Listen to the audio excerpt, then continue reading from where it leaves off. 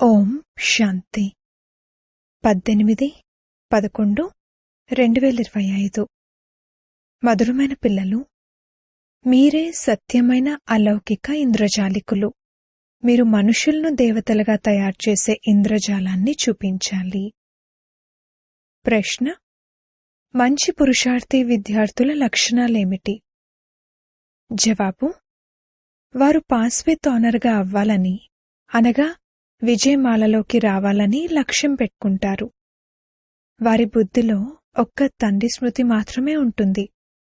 దేహసహితంగా దేహం యొక్క అన్ని సంబంధాల నుండి బుద్ధియుగాన్ని తెంచి ఒక్కరితోనే ప్రీతిని పెట్టుకుంటారు. ఇటువంటి పురుషార్థులే మాలలోని మణులుగా అవుతారు. ఓం శాంతి. ఆత్మిక పిల్లలకు ఆత్మిక తండ్రి కూర్చుని అర్థం చేయిస్తున్నారు. ఇప్పుడు ఆత్మిక పిల్లలైన మీరు ఇంద్రజాలికులుగా అయ్యారు. అందుకే తండ్రిని కూడా ఇంద్రజాలికుడని అంటారు. మనుషులను దేవతలుగా తయారుచేసే ఇంద్రజాలికులు ఎవ్వరూ ఉండరు. ఇది ఇంద్రజాలమే కదా. మీరు ఎంత గొప్ప సంపాదన చేయించే మార్గాన్ని తెలియజేస్తారు. స్కూల్లో టీచర్ కూడా సంపాదించడం నేర్పిస్తారు. చదువు సంపాదనే కదా. భక్తి మార్గంలోని కథలు, శాస్త్రాలు మొదలైన వాటిని వినడాన్ని చదువు అని అన్నారు. అందులో ఆదాయమేమీ లేదు, కేవలం ధనం ఖర్చవుతుంది. తండ్రి కూడా అర్థం చేయిస్తున్నారు. భక్తి మార్గంలో చిత్రాలను తయారు చేస్తూ, మందిరాలు మొదలైన వాటిని నిర్మిస్తూ, భక్తిని చేస్తూ చేస్తూ మీరు ఎంత ధనాన్ని ఖర్చు చేసేశారు. ఎంతైనా టీచర్ అయితే సంపాదన చేయిస్తారు. జీవనోపాధి జరుగుతుంది. పిల్లలైన మీ చదువు ఎంత ఉన్నతమైనది. చదువుకోవడం కూడా అందరూ చదువుకోవాలి. పిల్లలైన మీరు మనుషుల నుండి దేవతలుగా తయారు చేసేవారు. ఆ చదువు ద్వారానైతే బ్యారిస్టర్ మొదలైన వారిగా అవుతారు. అది కూడా ఒక్క జన్మ కోసం మాత్రమే. ఎంతగా రాత్రికి పగలుకు ఉన్నంత తేడా ఉంది. అందుకే ఆత్మలైన మీకు శుద్ధమైన నష ఉండాలి. ఇది గుప్తమైన నష. ఇది అనంతమైన తండ్రి యొక్క అద్భుతము. ఇది ఎటువంటి ఆత్మిక ఇంద్రజాలము. ఆత్మను స్మృతి చేస్తూ చేస్తూ సతోప్రధానంగా అవ్వాలి. సన్యాసులు ఒక ఉదాహరణ చెప్తారు కదా. ఒక వ్యక్తికి నేను ఎద్దును అని అనుకోమని చెప్తే అలాగే అనుకుంటూ గదిలో కూర్చునిపోతారు. ఆ తర్వాత నేను ఎద్దును, గది నుండి బయటికెలా రాగలను అని అన్నారు. ఇప్పుడు తండ్రి అంటారు, మీరు పవిత్రాత్మలుగా ఉండేవారు, ఇప్పుడు అపవిత్రంగా అయిపోయారు. మళ్లీ తండ్రిని స్మృతి చేస్తూ చేస్తూ మీరు పవిత్రంగా అవుతారు. ఈ జ్ఞానాన్ని విని నరుని నుండి నారాయణునిగా, అనగా మనుషుల నుండి దేవతలుగా అవుతారు. దేవతలది కూడా రాజ్యం ఉంటుంది కదా. పిల్లలైన మీరు ఇప్పుడు శ్రీమతం ఆధారంగా భారత్లో దైవీ రాజ్యాన్ని స్థాపన చేస్తున్నారు. బాబా అంటున్నారు, ఇప్పుడు నేను మీకిచ్చే శ్రీమతం సరైనదా లేక శాస్త్రాల్లోని మతం సరైనదా? మీకు మీరే నిర్ణయించుకోండి. సర్వశాస్త్రమయీ శిరోమణి శ్రీమద్ భగవద్గీత అని గీత గురించి విశేషంగా రాయబడింది. ఇప్పుడు భగవంతుడు అని ఎవరిననాలి? తప్పకుండా అందరూ నిరాకార శివుడు అని అంటారు. ఆత్మలమైన మనము వారి పిల్లలము, పరస్పరం సోదరులము. వారొక్కరే తండ్రి. తండ్రి అంటారు, మీరందరూ ప్రేయసులు. మీరు ప్రియుణ్ణైన నన్ను స్మృతి చేస్తారు. ఎందుకంటే నేనే రాజయోగాన్ని నేర్పించాను. దాంతో మీరు ప్రాక్టికల్గా నరుని నుండి నారాయణునిగా అవుతారు. మేము సత్యనారాయణుని కథను వింటామని వాళ్ళంటారు. దీని ద్వారా మనం నరుని నుండి నారాయణునిగా అవుతామని ఎవ్వరూ అర్థం చేసుకోరు. తండ్రి ఆత్మలైన మీకు జ్ఞానం యొక్క 3వ నేత్రాన్ని ఇస్తారు. దీని ద్వారా ఆత్మ తెలుసుకుంటుంది. శరీరం లేకుండానైతే ఆత్మ మాట్లాడలేదు. ఆత్మలు నివసించే స్థానాన్ని నిర్వాణధామమని అంటారు. పిల్లలను మీరిప్పుడు శాంతిధామాన్ని మరియు సుఖధామాన్ని మాత్రమే స్మృతి చేయాలి. ఈ దుఃఖధామాన్ని బుద్ధి ద్వారా మర్చిపోవాలి. ఇప్పుడు ఆత్మకు రైట్ ఏంటి, రాంగ్ ఏంటి అనే వివేకం లభించింది. కర్మ, అకర్మ, వికర్మల రహస్యాన్ని కూడా అర్థం చేయించారు. తండ్రి పిల్లలకు మాత్రమే అర్థం చేయిస్తారు మరియు పిల్లలకు మాత్రమే తెలుసు. ఇతర మనుషులకైతే తండ్రి గురించే తెలీదు. తండ్రి అంటారు, ఈ డ్రామా తయారు చేయబడి ఉంది. రావణ రాజ్యంలో అందరి కర్మలు వికర్మలే అవుతాయి. సత్యుగంలో కర్మలు అకర్మలుగా అవుతాయి. అక్కడ పిల్లలుండరా అని ఎవరైనా ప్రశ్నిస్తే మీరు చెప్పండి. దానిని నిర్వీకారి ప్రపంచమని అంటారు. కావున అక్కడకు ఈ పంచవికారాలు ఎక్కడి నుండి వస్తాయి? ఇది చాలా సింపుల్ విషయము. ఇక్కడ తండ్రి కూర్చుని అర్థం చేయిస్తున్నారు. ఎవరైతే ఇది రైట్ అని భావిస్తారో వారు వెంటనే నిలబడిపోతారు.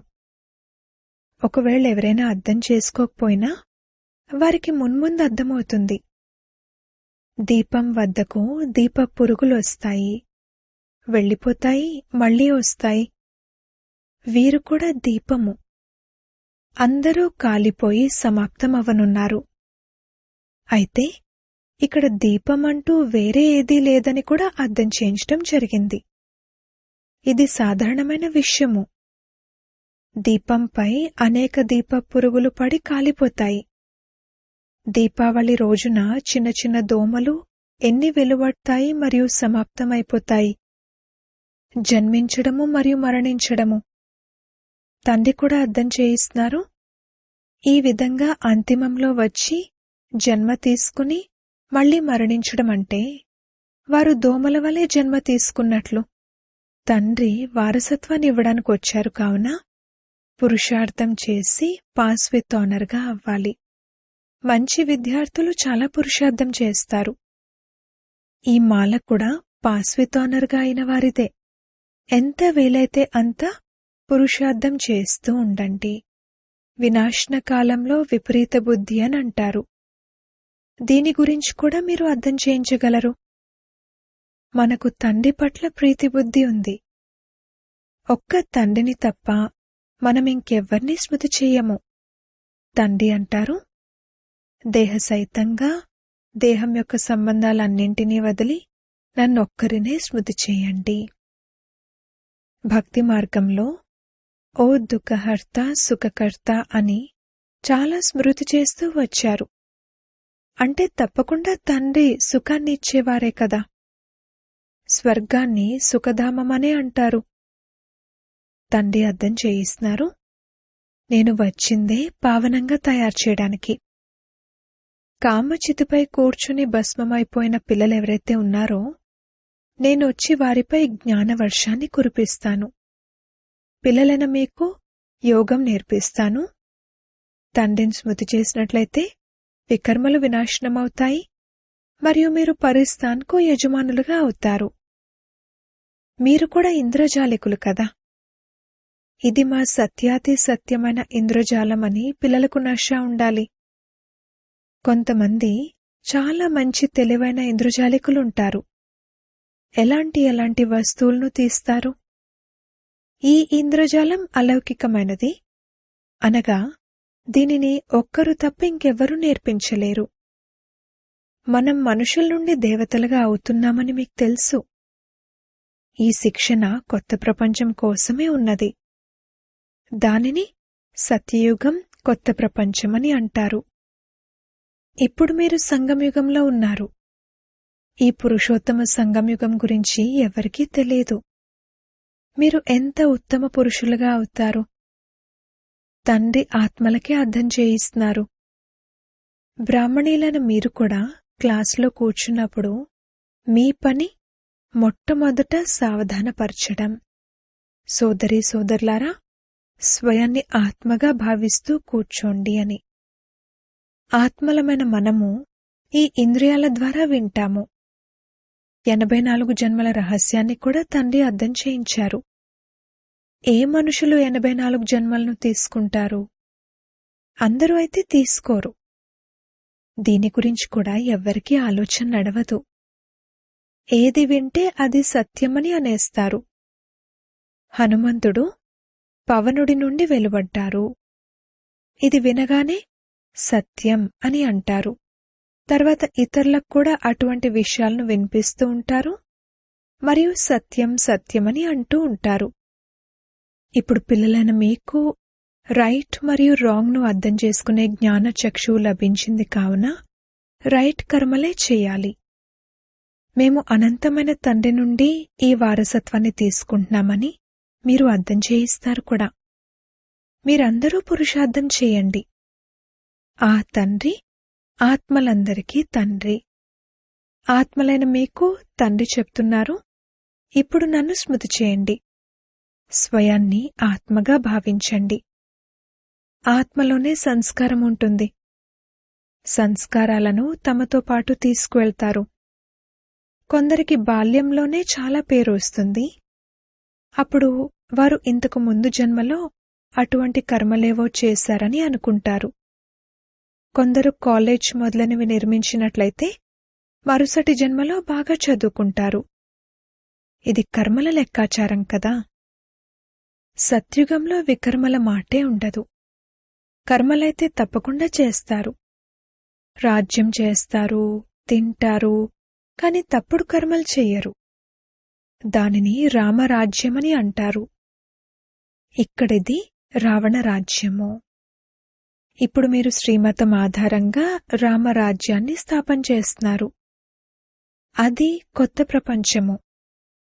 పాత ప్రపంచంపై దేవతల నీడ పడదు. లక్ష్మి యొక్క జడ చిత్రాన్ని పట్టుకున్నప్పుడు ఆ చిత్రం యొక్క నీడ పడుతుంది గాని చైతన్యమైన లక్ష్మి యొక్క నీడ పడదు. అందరూ పునర్జన్మలు తీసుకోవాల్సిందేనని పిల్లలైన మీకు తెలుసు. బావిలో నుండి నీరు తోడేటప్పుడు చక్రం ఉంటుంది కదా, అది తిరుగుతూనే ఉంటుంది. అలా మీ ఈ చక్రం కూడా తిరుగుతూనే ఉంటుంది. దీని గురించే ఉదాహరణలను అర్థం చేయించడం జరుగుతుంది. పవిత్రత అయితే అన్నింటికన్నా మంచిది. కుమారి పవిత్రంగా ఉంటారు కావున అందరూ ఆమె పాదాలకు నమస్కరిస్తారు. మీరు ప్రజాపిత బ్రహ్మ కుమార కుమారీలు. మెజారిటీ కుమారీలదే. అందుకే కుమారీల ద్వారా బాణం వేయించారని గాయనముంది. ఇవి జ్ఞాన బాణాలు. మీరు ప్రేమగా కూర్చుని అర్థం చేయిస్తారు. తండ్రి సద్గురువు ఒక్కరే. వారు సర్వుల సద్గతిదాత. భగవాను వాచ మన్మనాభవ. ఇది కూడా మంత్రమే కదా. ఇందులోనే శ్రమ ఉంది. స్వయాన్ని ఆత్మగా భావిస్తూ తండ్రిని స్మృతి చేయండి. ఇది గుప్తమైన శ్రమ. ఆత్మే తమో ప్రధానంగా అయ్యింది, మళ్లీ సతో ప్రధానంగా అవ్వాలి. తండ్రి అర్థం చేయించారు. ఆత్మలు మరియు పరమాత్మ చాలా కాలం వేరుగా ఉన్నారు. ఎవరైతే మొట్టమొదట విడిపోయారో కలుసుకోవడం కూడా వారినే మొట్టమొదట కలుసుకుంటారు. అందుకే తండ్రి ప్రియమైన చాలా కాలం దూరమైన తర్వాత కలిసిన పిల్లలు అనంటారు. భక్తిని ఎప్పటినుండి ప్రారంభం చేశారు అనేది తండ్రికి తెలుసు. సగం సగం ఉంటుంది. అర్ధకల్పం జ్ఞానం, అర్ధకల్పం భక్తి. పగలు మరియు రాత్రి 24 గంటల్లో కూడా 12 గంటలు పగలు ఏఎం మరియు 12 గంటలు రాత్రి పిఎం ఇవి ఉంటాయి. కల్పంలో కూడా సగం సగం ఉంటుంది. బ్రహ్మ యొక్క పగలు, బ్రహ్మ యొక్క రాత్రి. మరి కలియుగ ఆయువును ఇంతెక్కువగా ఎందుకు చూపించారు? ఇప్పుడు మీరు రైట్ రాంగ్ను తెలియచేయగలరు. శాస్త్రాలన్నీ భక్తి మార్గానికి చెందినవి. తర్వాత భగవంతుడొచ్చి భక్తి యొక్క ఫలాన్ని ఇస్తారు. వారిని భక్తుల రక్షకుడు అని అంటారు కదా. మున్ముందు మీరు సన్యాసులు మొదలైన వారికి చాలా ప్రేమగా కూర్చుని అర్థం చేయిస్తారు. వారు మీ ఫామ్ నింపరు. వారి తల్లిదండ్రుల పేర్లు రాయరు. కొంతమంది తెలియజేస్తారు. ఎందుకు సన్యసించారు, కారణం చెప్పండి అని బాబా వెళ్లి అడిగేవారు. వికారాలను సన్యసిస్తారు కావున ఇంటిని కూడా సన్యసిస్తారు. ఇప్పుడు మీరు మొత్తం పాత ప్రపంచాన్ని సన్యసిస్తారు. మీకు కొత్త ప్రపంచాన్ని సాక్షాత్కారం చేయించారు. అది నిర్వికారీ ప్రపంచము. హెవెన్లీ గాడ్ ఫాదర్ హెవెన్ను స్థాపన చేసేవారు. వారు పుష్పాల తోటను తయారు చేసేవారు. వారు ముళ్లను పుష్పాలుగా తయారు చేస్తారు. నంబర్ 1 ముళ్ళు కామ ఖడ్గము. కామాన్ని ఖడ్గమని అంటారు, క్రోధాన్ని భూతమని అంటారు. దేవీదేవతలు డబల్ అహింసకులుగా ఉండేవారు. నిర్వికారి దేవతలెదురుగా వికారి మనుషులంతా తలవంచి నమస్కరిస్తారు. ఇప్పుడు పిల్లలైన మీకు తెలుసు, మనమిక్కడకు చదువుకునేందుకు వచ్చాము. ఇకపోతే ఆ సత్సంగాలు మొదలైన వాటికి వెళ్లడం అనేది సాధారణమైన విషయము. ఈశ్వరుణ్ణి సర్వవ్యాపి అని అంటారు. తండ్రి ఎప్పుడైనా సర్వవ్యాపి అవుతారా? తండ్రి నుండి పిల్లలైన మీకు వారసత్వం లభిస్తుంది. తండ్రి వచ్చి పాత ప్రపంచాన్ని కొత్త ప్రపంచంగా, స్వర్గంగా తయారు చేస్తారు. కొందరైతే నరకాన్ని నరకంగా కూడా భావించరు. షావుకార్లేమనుకుంటారంటే, స్వర్గంలో ఏముంటుంది? మా వద్దనైతే ధనము, మహళ్ళు, విమానాలు మొదలైనవన్నీ ఉన్నాయి. మా కొరకు ఇదే స్వర్గము. ఎవరైతే మురికివాడల్లో ఉంటారో వారికది నరకము. అందుకే భారత్ ఎంత నిరుపేదగా ఉంది. చరిత్ర మళ్లీ రిపీట్ అవ్వనున్నది. తండ్రి మమ్మల్ని మళ్లీ డబల్ కిరీటధారులుగా చేస్తున్నారని మీకు నష ఉండాలి. భూత భవిష్యత్ వర్తమానాల గురించి తెలుసుకున్నారు. సత్యత్రేతాయుగాల కథను బాబా వినిపించారు. మధ్యలో మనం కిందకు పడిపోతాము. వామ మార్గం వికారి మార్గము. ఇప్పుడు మళ్లీ తండ్రి వచ్చారు. మీరు స్వయాన్ని స్వదర్శన్ చక్రధారులుగా భావిస్తారు. అంతేకాని చక్రాన్ని తిప్పితే దానితో శిరస్సు ఖండించబడుతుంది అని కాదు. శ్రీకృష్ణుడికి చక్రాన్ని చూపించి దాంతో అసురులను వధించినట్లుగా చూపిస్తారు. అటువంటి విషయమేమీ ఉండదు. బ్రాహ్మణులైన మనము స్వదర్శన్ చక్రధారులమని మీరు భావిస్తారు. మనకు సృష్టి ఆది మధ్యాంతాల జ్ఞానం ఉంది. అక్కడ దేవతలకు ఈ జ్ఞానం ఉండదు. అక్కడ ఉన్నదే సద్గతి. అందుకే దానిని పగలు అంటారు. రాత్రిలోనే కష్టం ఉంటుంది. భక్తిలో దర్శనం కొరకు ఎన్ని హఠయోగాలు మొదలైనవి చేస్తారు. నవవిధ భక్తిని చేసేవారు ప్రాణాలు తీసుకునేందుకు సిద్ధమవుతారు. అప్పుడు సాక్షాత్కారం జరుగుతుంది. డ్రామానుసారంగా అల్పకాలం కొరకు కోరిక పూర్తవుతుంది. అంతేకాని ఈశ్వరుడేమీ చెయ్యరు. అర్ధకల్పం భక్తి పాత్ర నడుస్తుంది. అచ్చా, మధురాతి మధురమైన సిక్కిలదే పిల్లలకు మాతాపిత బాప్దాదాల ప్రియ స్మృతులు మరియు గుడ్ మార్నింగ్. ఆత్మిక పిల్లలకు ఆత్మిక తండ్రి నమస్తే. ధారణ కొరకు ముఖ్య సారము. మొదటి పాయింట్, బాబా మమ్మల్ని డబల్ కిరీటధారులుగా చేస్తున్నారని ఈ ఆత్మిక నశాలో ఉండాలి. మనము స్వదర్శన్ చక్రధారి బ్రాహ్మణులము. భూత భవిష్యత్ వర్తమానాల జ్ఞానాన్ని బుద్ధిలో ఉంచుకుని నడుచుకోవాలి. రెండవ పాయింట్, పాస్ విత్ ఆనర్గా అయ్యేందుకు తండ్రి పట్ల సత్యాతి సత్యమైన ప్రీతిని ఉంచుకోవాలి. తండ్రిని స్మృతి చేసే గుప్తమైన శ్రమను చేయాలి. వరదానము. తమ డబల్ లైట్ స్వరూపం ద్వారా రాబోయే విఘ్నాలను దాటివేసే తీవ్ర పురుషార్థి భవ. రాబోయే విఘ్నాలలో అలసిపోయేందుకు మరియు నిరాశపడేందుకు బదులుగా ఒక్క క్షణంలో స్వయం యొక్క ఆత్మిక జ్యోతి స్వరూపం మరియు నిమిత్త భావం యొక్క డబల్ లైట్ స్వరూపం ద్వారా క్షణంలో హై జంప్ చేయండి. విఘ్నం రూపీ రాయిని పగలగొట్టడంలో సమయాన్ని వృధా చేయకండి. జంప్ చేయండి మరియు క్షణంలో దాటివేయండి. కొద్దిపాటి విస్మృతి కారణంగా సహజ మార్గాన్ని కష్టతరం చేసుకోకండి. తమ జీవితం యొక్క భవిష్య శ్రేష్ఠ గమ్యాన్ని స్పష్టంగా చూస్తూ తీవ్ర పురుషార్థిగా అవ్వండి. ఏ దృష్టితోనైతే బాప్దాదా మరియు విశ్వం మిమ్మల్ని చూస్తూ ఉందో ఆ శ్రేష్ఠ స్వరూపంలోనే సదా స్థితులై ఉండండి.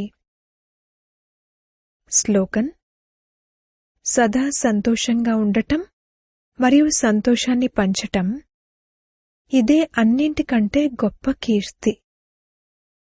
అవ్యక్త సూచనలు: అశరీరీ మరియు విదేహీ స్థితి యొక్క అభ్యాసాన్ని పెంచండి. ఇప్పుడు సంఘటిత రూపంలో ఒకే ఒక్క శుద్ధ సంకల్పం చేయండి, అనగా ఏకరస స్థితిని తయారు చేసుకునే అభ్యాసం చేయండి. అప్పుడే విశ్వంలో శక్తి సైన్యం యొక్క పేరు ప్రసిద్ధమవుతుంది. ఎప్పుడు కావాలంటే అప్పుడు శరీరాన్ని ఆధారంగా తీసుకోండి మరియు ఎప్పుడు కావాలంటే అప్పుడు శరీర ఆధారాన్ని వదిలి తమ అశరీరీ స్వరూపంలో స్థితులైపోండి. ఏ విధంగా శరీరాన్ని ధారణ చేశారో అదే విధంగా శరీరం నుండి అతీతమైపోవాలి. ఈ అనుభవమే అంతిమ పరీక్షలో ఫస్ట్ నంబర్ తీసుకునేందుకు ఆధారం అవుతుంది. ఓం శాంతి.